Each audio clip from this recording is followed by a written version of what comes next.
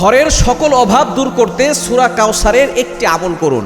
সূরা কাউসার যদিও ছোট্ট একটি সূরা, তবে এর ফজিলত কিন্তু অনেক বেশি। এটা পবিত্র কোরআনুল কারীমের 30 নম্বর পারা 23 নম্বর পৃষ্ঠার 12 নম্বর লাইন। সূরা কাউসার পবিত্র কোরআনুল কারীমের 108 নম্বর সূরা।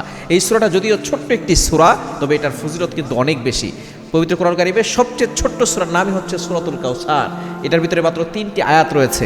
ইন্না আ'তাইনাকাল কাউসার ফাসাল্লি লিরাব্বিকা ওয়ানহার ইন্না শানিআকা হুয়াল আবতার। এই সূরাটা এমন সময় নাজিল হয়েছিল যখন নবীজি সাল্লাল্লাহু আলাইহি সাল্লাম কঠিন পরিস্থিতির ভিতরে ছিল। যখন নবীজি সাল্লাল্লাহু আলাইহি সাল্লামের ছেলে সন্তান দুনিয়া থেকে বিদায় নিয়েছিল, তখন কাফেররা তাকে টিটকারি করেছিল, অনেকে হাসি ঠাট্টা করেছিল যে মুহাম্মদের ইসলাম শেষ হয়ে গিয়েছে, তার কোনো সন্তান নাই। তখন আল্লাহ পাক রব্বুল আলামিন সান্ত্বনার বাণী হিসেবে এই সূরা নাজিল করেছেন, ইন্না আ'তাইনাকাল কাউসার। নবী হে, আমি আপনাকে কাউসার দান করেছি, হাউজে কাউসার। শুধু তাই নয় নবী, যারা আপনাকে গালি দিচ্ছে, নির্বংশ বলছে, তারাই হলো নির্বংশ। সুতরাং এই সূরা কাউসার যদি আপনি আপনার ঘরের ভিতরে আমল করতে পারেন, আপনার ঘরের সকল অভাব দূর হবে, ঘরের সকল বিপদ দূর হবে।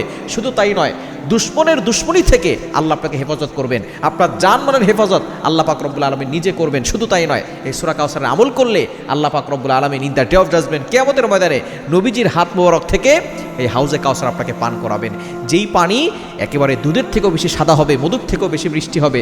একবার যে পান করবে 500 বছর ধরে তার পানি তৃষ্ণা লাগবে না। কিভাবে আপনি আমলটা করবেন?